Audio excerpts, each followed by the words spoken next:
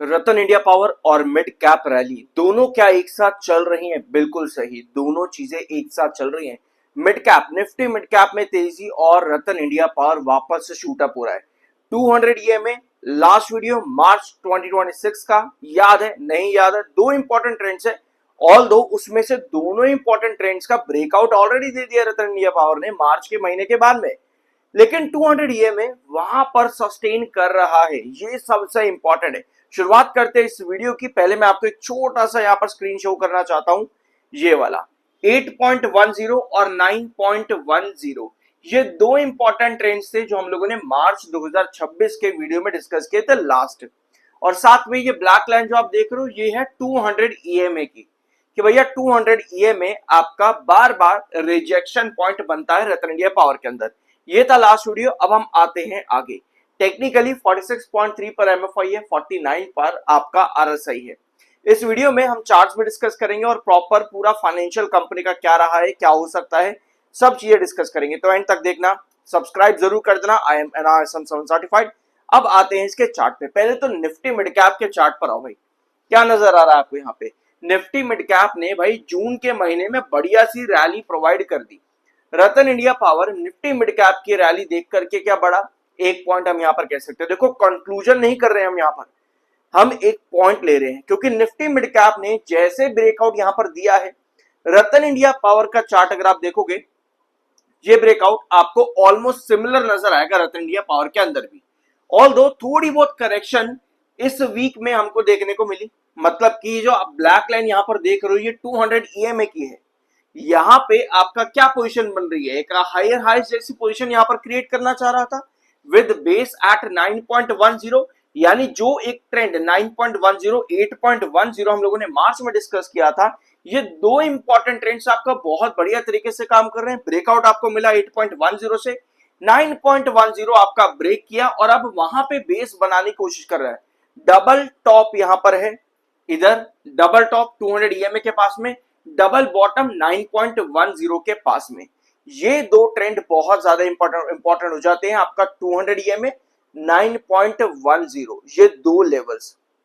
क्या Nifty mid cap इतना potential यहां पर शो कर सकता है कि रतन इंडिया पावर 200 ईएमए को इस बार ब्रेकआउट कर दे? तो निफ्टी मिड कैप के लिए आपके पास इंपॉर्टेंट ट्रेंड आता है 62,800 पे निफ्टी मिड कैप की। अभी हम निफ्टी मिड कैप की बात कर रहे हैं, क्योंकि कई बार मार्केट में आपको इसी तरह की चीजें देखने को मिलती है। मिड कैप रैली दिखती है, कभी स्मॉल कैप, कभी लार्ज कैप रैली आपको देखने को मिलती है। तो अगर मिड कैप रैली यहां पर बन रही है और ज्यादा, तो 62,800 पर मिड कैप का आपको ब्रेकआउट मिल रहा है। मिड कैप रैली निफ्टी की 62,800 से आ रही है। और अगर हम रतन इंडिया पावर का देखेंगे यहाँ पे, तो 9.10 ये बहुत इंपॉर्टेंट ट्रेंड है रतन इंडिया पावर का, जो कि एक इंपॉर्टेंट बेस है। ऊपर जब आप नीचे से ऊपर उठ रहे थे, ये आपका रिजेक्शन था, और जब भी आप किसी एक रिजेक्शन को ब्रेकआउट दे देते हो, वो आपके बेस का काम करता है। एग्जैक्टली वही चीज रतन इंडिया पावर में इस समय चल रही है।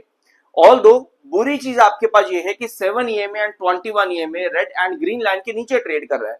इसका मतलब ये है कि भाई ब्रेकआउट पॉइंट जो मेरा यहाँ पे बनेगा वो है 9.40 पे। 9.10 तो मेरा बेस है, ब्रेकआउट की जब हम बात करते हैं तो वो 9.40 है।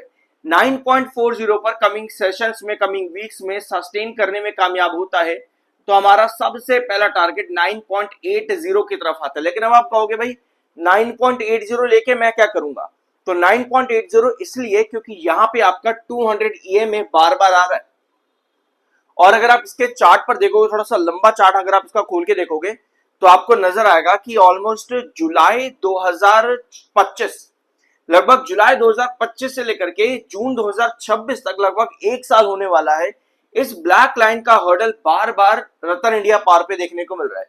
अभी हम टेक्निकल पॉइंट ऑफ व्यू पे बात कर रहे हैं, जहां पर 200 ईएमए का रिजेक्शन सस्टेन ही नहीं कर पाता रतन इंडिया पावर, यानी लॉन्ग टर्म ब्रेकआउट की जो अपॉर्चुनिटी है। शॉर्ट टर्म में तो आपके पास कौन सा लेवल है? शॉर्ट टर्म में आपके पास में 9.40 के बाद में 9.80 का ब्रेकआउट है। लॉन्ग टर्म के अंदर 200 ईएमए क्रॉस करेगा तब भी आपको एक बड़ा टारगेट मिलता है, जहां पे 10.40 के पास में आपका एक लॉन्ग टर्म टारगेट है। अब एक चीज और ध्यान से सुनना, 10.40 अगर ये क्रॉस करने में कामयाब होगा, तो उस सिचुएशन पे ये एक डबल टॉप जैसी कंडीशन क्रिएट करता है। जब भी डबल टॉप आता है आपके पास correction 90% of times double top पे करेक्शन आती है, तो उस सिचुएशन पे 9.80 आपका बेस बनेगा। यानी कि एक बार ब्लैंक स्क्रीन पे आओ, डबल टॉप की सिचुएशन कुछ इस तरह से अगर आती है तो 200 ईएमए क्रॉस करने के बाद में वो आएगी। जैसे ही 200 ईएमए को क्रॉस कर पाता है तो 200 ईएमए आपका बेस का काम करेगा। तब आप यहां पर एक्सपेक्ट करते हो बड़ी रैली, बड़े ब्रेकआउट्स की रैली जो कि 10.40 के ऊपर होगी। ठीक है, तो कुछ इस तरह की पोजीशन आपको चाहिए होगी। पहले तो 200 ईएमए का क्रॉस होना जरूरी है, जो कि अराउंड कितने पे बैठा हुआ है, 9.80 के पास में 200 ईएमए बैठा हुआ है। इसको क्रॉस करेगा तो आप 10.40 की तरफ जा रहे हो। 10.40 से 9.80 के बाद आपको बड़े ब्रेकआउट मिल रहे हैं यहाँ पे। फॉर एग्जाम्पल मेरी बाइंग मान लेते हैं रतन इंडिया पावर में 9.10 पे है। ठीक है, तो मैं इसमें आराम से तब तक होल्ड करके रखूंगा एटलीस्ट जब तक ये 7 ईएमए 21 ईएमए के ऊपर ट्रेड करे, यानी 9.40 के ऊपर। मेरी बाइंग यहां पर है 9.10 पे, तो मैं इन दो लेवल्स को देख करके अपना पोजीशन बना करके रखूंगा।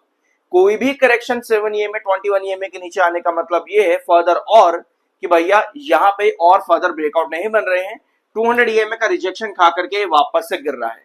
तो मेरी एंट्री 9.10 पर है। मुझे सारे के सारे लेवल्स मिल जाते हैं रतन इंडिया पावर के चार्ट के ऊपर। लॉन्ग टर्म शॉर्ट टर्म क्या पॉसिबिलिटी है। ऑलराइट, अब आते हैं इसके फाइनेंशियल्स पे। ठीक है, अभी आपने इस वीडियो में क्या समझा, अभी आपने देखा चार्ट्स क्या बता रहे हैं, निफ्टी मिड कैप क्या बता रहा है। तीसरा पॉइंट आपका आता है मार्केट का। एक बार मार्केट का भी देख लो, क्योंकि आज स्विट्जरलैंड में यूएस ईरान की भाई मीटिंग है। अब यहां पे क्या कंक्लूजन निकलेगा। डोनाल्ड ट्रंप कह रहा है कि भाई अगर ईरान, इजराइल और लेबनान का बार बार बात लेकर के बीच में घुसेगा कि भैया लेबनान पर हमला मत करो, तो भैया ईरान पे हम हमला कर देंगे।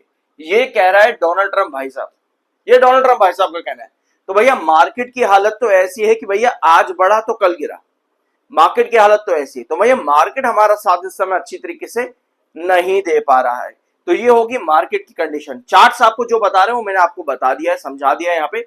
इसके अलावा जब बात आती है ना कि यार कंपनी कैसी है, क्योंकि हम सिर्फ और सिर्फ चार्ट्स के ऊपर जो है इन्वेस्ट नहीं करते। चार्ट्स के ऊपर तो आप शॉर्ट टर्म के लिए इन्वेस्ट कर देते हो, चार्ट्स का पूरा ग्राफ किस तरह से बन रहा है उसके ऊपर आप काम करते हो।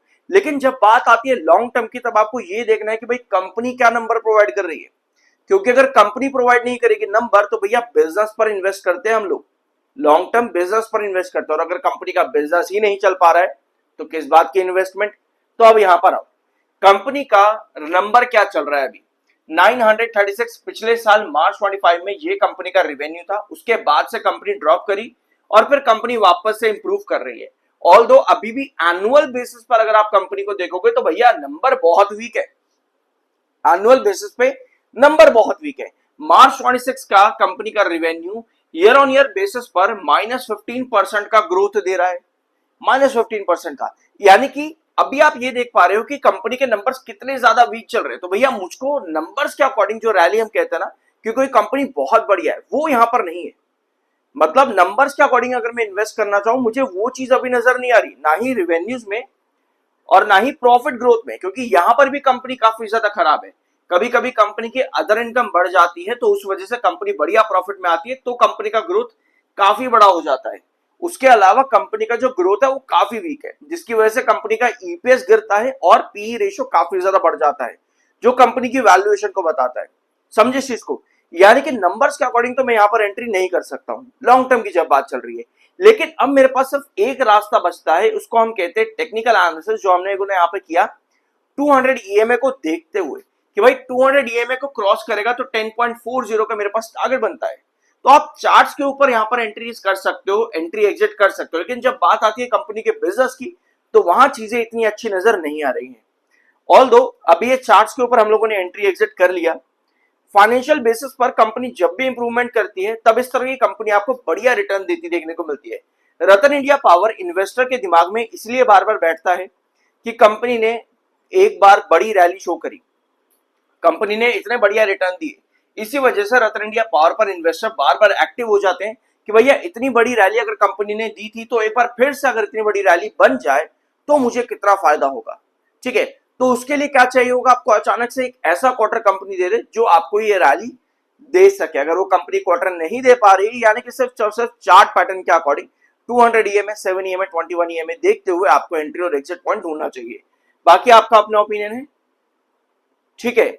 रिजर्व्स अगर आप देखोगे कंपनी के तो -732 करोड़ के रिजर्व्स हैं। ऑल्दो रिजर्व्स कंपनी के पहले काफी ज्यादा बुरे थे, 9903 से कंपनी 732 करोड़ माइनस में है, तो काफी इंप्रूवमेंट है। रिजर्व्स काफी जो है गिरे हुए थे वो काफी इंप्रूव कंपनी ने किए हैं।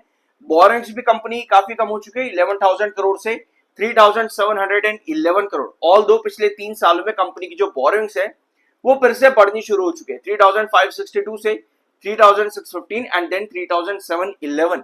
तो बोरिंग से एक बार फिर से बढ़नी शुरू हो गई। रिजर्व्स यहाँ पर कम आ रहे हैं जो कि थोड़ा सा इंप्रूवमेंट है बट स्टिल काफी खराब है, ठीक है। डेटर डेज कंपनी के बढ़ रहे हैं 336 एज पर मार्च 26 का डाटा। कंपनी के डेटर डेज वापस से बढ़ चुके हैं, 336 पर आ चुके हैं। सो ये है रतन इंडिया पावर। और इस वीडियो में कुछ नया जानने को मिला हो सब्सक्राइब जरूर करना। यहाँ पर हम लोगों ने चार्ट्स पूरे तरीके से डिस्कस किए। अगर कुछ अच्छा मिला है तो वीडियो को लाइक जरूर करना। मिलता अगले वीडियो में।